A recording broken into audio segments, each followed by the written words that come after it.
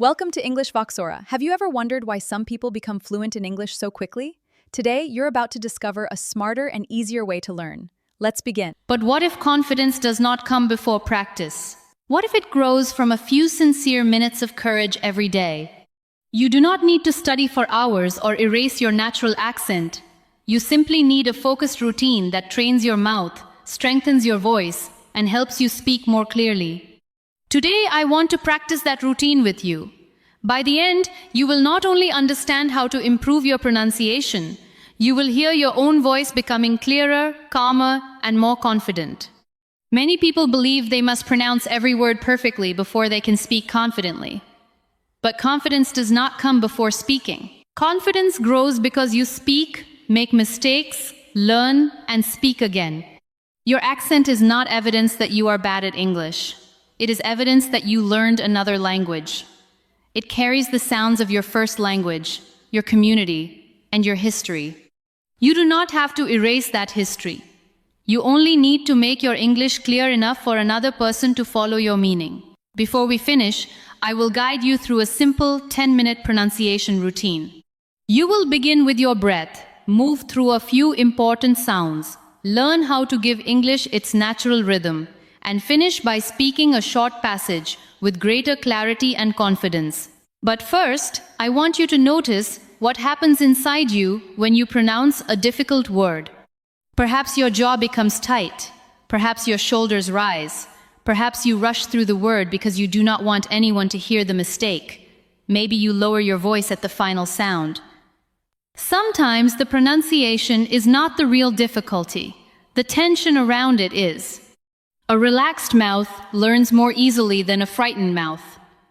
So let us begin with one sentence. Do not try to make it perfect. Just say it naturally. My voice deserves to be heard. Say it again. My voice deserves to be heard. Maybe one word felt uncomfortable. Maybe your rhythm was slow. That is all right. We will return to this sentence later, and you may be surprised by how different it feels. I know how painful it can be when someone asks you to repeat yourself. It can feel as if the entire conversation has stopped to examine your English. You may think, they did not understand me. My pronunciation must be terrible. But being asked to repeat yourself is a normal part of communication. Native speakers repeat themselves too. Rooms are noisy. People speak quickly. Attention moves. One moment of misunderstanding is not a judgment of your intelligence. You are allowed to repeat a sentence without apologizing for your existence. You can simply say, of course, let me say that again. Try it with me. Of course, let me say that again. Listen to the calmness in that sentence. You are not hiding. You are helping the conversation continue. Some learners spend years studying English silently. They recognize thousands of words. They understand videos and read difficult articles. But the muscles used for speaking have received very little practice. Knowing a word and producing a word are two different abilities. Your brain may know exactly how a word should sound, but your lips, tongue, jaw, breath, and voice still need to learn the movement. This is why pronunciation improves through physical repetition. It is closer to learning a dance than memorizing a fact. When a dancer learns a new movement, the first attempt may feel awkward. The dancer does not conclude, "My body was not born for this." The dancer slows down, notices the movement, and repeats it until the body remembers. Your mouth deserves the same patience. You do not need to practice for an exhausting hour. 10 focused minutes each day can be more useful than one long session followed by 6 days of silence. Daily practice gives your mouth a chance to remember yesterday's movements and strengthen them today. Let us experience those 10 minutes together. For the first minute, do not speak yet. Let your shoulders fall. Relax your face. Allow a little space between your teeth. Move your jaw gently from side to side. Now breathe in slowly through your nose. Let the breath move low into your body. Then breathe out without forcing it. Do that once more. As you breathe out, make a soft sound. Ah. Do not push it. Let your voice ride on the breath. Now bring your lips together gently and hum. Feel the vibration around your lips and face. This simple preparation matters because clear speech does not begin only with the tongue. It begins with steady breath and a body that is not fighting itself. Open and close your mouth a few times. Let your tongue rest behind your lower teeth. Move it slowly to the left and then to the right. Now say these three sounds gently. Me, ma, mo. Again with an easy jaw. Me, ma, mo. You have completed the first part of the routine. You have told your body that speaking is safe. During the next 3 minutes, I want you to practice only a few useful contrasts. Too many sounds at once can turn practice into confusion.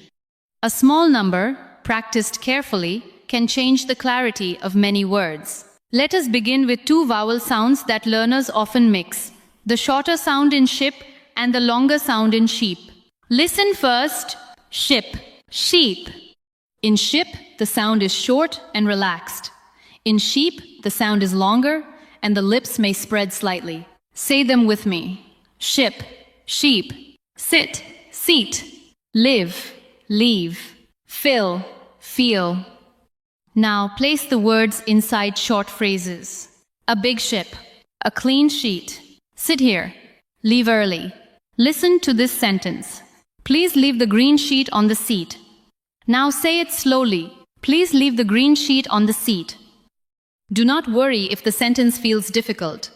Choose one contrast and make it clearer. You are training attention, not performing for an audience. Now let us work with final consonants. These small sounds can carry important meaning. If the final sound disappears, rice may sound like rise, cap may sound like cab, and need may sound like knee. The goal is not to attack the final sound. The goal is to finish the word. Listen. Need, help, work, best. Now say them with me. Need, help, work, best. Feel how your mouth completes each word. Try these short phrases. I need help. It worked well. That was the best part. Say the final sentence again and give best a clear ending. That was the best part. Many learners begin a sentence strongly and then allow the final words to disappear. But the end of your sentence deserves breath too. Do not abandon it. Now let us practice the th sound. Place the tip of your tongue lightly between your teeth. Let the air pass around it. You do not need to push your tongue far forward. Listen, think, thank, 3. Now say them. Think, thank, 3. For the voiced version, keep the same position but add your voice. This, they, together. Try this sentence. I think they will come together. Again, calmly. I think they will come together. If your TH does not sound perfect yet, do not stop the sentence. Keep the meaning moving. A difficult sound should become one part of your practice, not a wall around your voice. Now we will move to the 5th and 6th minutes, where something more important than a single sound begins to appear. That something is rhythm. People sometimes believe good pronunciation means saying every sound perfectly. But listeners also depend on stress. English has strong words and weak words. The important words stand up. The smaller grammatical words often become lighter. Listen to this sentence. I want to buy a new phone. The important words are want, buy, new, and phone. The other words support them. Say it slowly with me. I want to buy a new phone. Now let it become more natural. I want to buy a new phone. Try another one. She sent the email this morning. Stress sent, email, and morning. She sent the email this morning. Now change the meaning by stressing a different word. She sent the email this morning. This suggests that she sent it, not another person. She sent the email this morning. This tells us what she sent. She sent the email this morning. This tells us when she sent it. Pronunciation is not only the shape of a sound, it is also the shape of an idea. Stress tells the listener where to place attention. Now let us practice word stress. Listen to the word important. Important. The second part receives the strongest beat. Important. Say it with me. Important. Now say comfortable. Comfortable. Do not give every syllable the same weight. Let the first part carry the stress. Comfortable. Try these words. Remember. Together. Conversation. Opportunity. Listen again to opportunity. Opportunity. One part is strong, while the others move around it more lightly. Now say this sentence. Every conversation is an opportunity to improve. Again, with clear stress on the meaningful words. Every conversation is an opportunity to improve. You may notice that some unstressed vowels become very small and relaxed. English speakers often use a soft sound in weak syllables. This is one reason natural English does not sound like a row of separate dictionary words. Consider the word about. We do not usually say every part with equal strength. We say about, with a light first sound and a stronger second part. About, try it. About, now say, I want to talk about it. Listen to how to and the first part of about become lighter. I want to talk about it. This is not lazy English. It is rhythmic English. During minutes 7 and 8, we allow words to connect. When people speak naturally, they do not place a wall between every word. The end of one word often moves toward the beginning of the next. Listen. Pick it up. If I separate every word, it sounds like this. Pick it up. But natural speech flows. Pick it up. Say it slowly. Pick it up. Now let it connect. Pick it up. Try another phrase. Turn it off. Slowly. Turn it off. Naturally. Turn it off. Now, can I ask you something? Listen again. Can I ask you something? The words can, I, and ask move together. Say it with me. Can I ask you something? Natural contractions also help your speech flow. Instead of always saying I am, people often say I'm. Instead of I will, they say I'll. Instead of do not, they say don't. Listen. I'm ready. I'll call you. I don't know yet. Now say them with me. I'm ready. I'll call you. I don't know yet.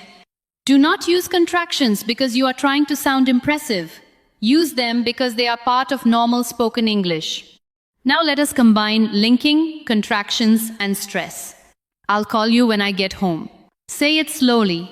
I'll call you when I get home. Now let the smaller words become lighter. I'll call you when I get home.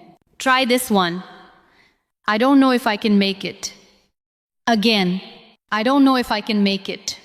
Can you feel the sentence moving in groups? You are no longer carrying every word separately. You are carrying the meaning. This is one of the greatest changes a learner can make. Stop trying to pronounce a sentence as 10 isolated words. Speak it as 2 or 3 meaningful groups. Listen. When I finish work, I'm going to meet a friend. The first group is, when I finish work. The second group is, I'm going to meet a friend. Now join them. When I finish work, I'm going to meet a friend. Your listener does not need every word to be equally strong. Your listener needs a clear path through the sentence. For minute 9, choose one natural sentence and shadow it. Shadowing means you listen carefully and then follow the speaker's sound, rhythm, and energy as closely as you can. Do not copy only the words. Notice where the voice rises, where it falls, which words become strong, and which words become light. Here is your sentence. I used to be afraid of making mistakes, but now I see them as part of learning. Listen once more. I used to be afraid of making mistakes, but now I see them as part of learning. Now say the first group. I used to be afraid of making mistakes. Again, with a clear beat on afraid and mistakes. I used to be afraid of making mistakes. Now the second group. But now I see them as part of learning. Stress now, see, part, and learning. But now I see them as part of learning. Now say the whole sentence. I used to be afraid of making mistakes, but now I see them as part of learning. Do not chase the sentence. Let the rhythm carry you. Minute 10 is where many learners avoid the most useful step. Record your voice. You do not need special equipment. Use your phone and record one sentence. Then listen without insulting yourself. This matters. Do not listen and say, "I hate my voice." Do not say, "My accent is terrible." Those thoughts are too general to teach you anything. Ask one small question. Did I finish the final consonant? Or, did I stress the important word? Or, was my jaw relaxed? Choose one detail. Correct that detail. Then record the sentence again. Pronunciation improves when judgment becomes observation. If you try to correct 10 things at once, you may feel defeated. If you correct one detail, you can hear progress. That is your daily routine. Relax, practice a few sounds, work on stress and rhythm, connect the words, shadow one sentence, and record yourself. 10 minutes. Small enough to repeat. Focused enough to matter. Let me tell you a simple story about a learner named Lena. Lena understood English well, but she rarely spoke during meetings. She was especially afraid of words ending in consonants. When she needed to say worked, asked, or helped, her voice became so quiet that the words almost disappeared. After one meeting, she decided that she needed more grammar. So, she studied more grammar. She learned new vocabulary. She watched more videos. But during the next meeting, she was still silent. The problem was not a lack of knowledge. Her mouth had never practiced saying the words she already knew. Lena began recording 3 sentences each morning. At first, listening to her own voice felt uncomfortable. She wanted to delete every recording immediately. But she gave herself one rule. She was allowed to correct only one detail each day. On the first day, she worked on the final sound in helped. On another day, she practiced stressing the most important word. Later, she practiced speaking in groups instead of stopping after every word. Her accent did not disappear. She did not become fearless overnight. But her speech became clearer. Then something quieter began to change. Because she had heard herself make mistakes and survive them, mistakes no longer felt like emergencies. A few weeks later, she spoke during a meeting. Her sentence was not perfect. One word came out differently from the way she had practiced it. But she continued. Another person responded to her idea, and the conversation moved forward. That ordinary moment mattered. She discovered that participation did not require perfection. It required enough courage to remain in the conversation. Perhaps you are waiting for a dramatic transformation. But real progress is often much quieter. It is the day you say a difficult word instead of avoiding it. It is the moment you repeat yourself without embarrassment.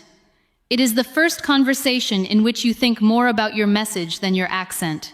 I want you to check your progress now. Return to the sentence we used at the beginning. My voice deserves to be heard. This time, do not make every word equally strong. Stress, voice, deserves, and heard. My voice deserves to be heard. Say it slowly. My voice deserves to be heard. Now connect the smaller words and let the sentence flow. My voice deserves to be heard. Can you feel the difference? Perhaps your sounds are not dramatically different, but your intention is clearer. Your rhythm gives the sentence confidence. Now let us build a slightly longer thought. I may not speak perfectly, but I can speak clearly, calmly, and honestly. Listen first. I may not speak perfectly, but I can speak clearly, calmly, and honestly. Say the first group. I may not speak perfectly. Now the second group. But I can speak clearly, calmly, and honestly. Put them together. I may not speak perfectly, but I can speak clearly, calmly, and honestly.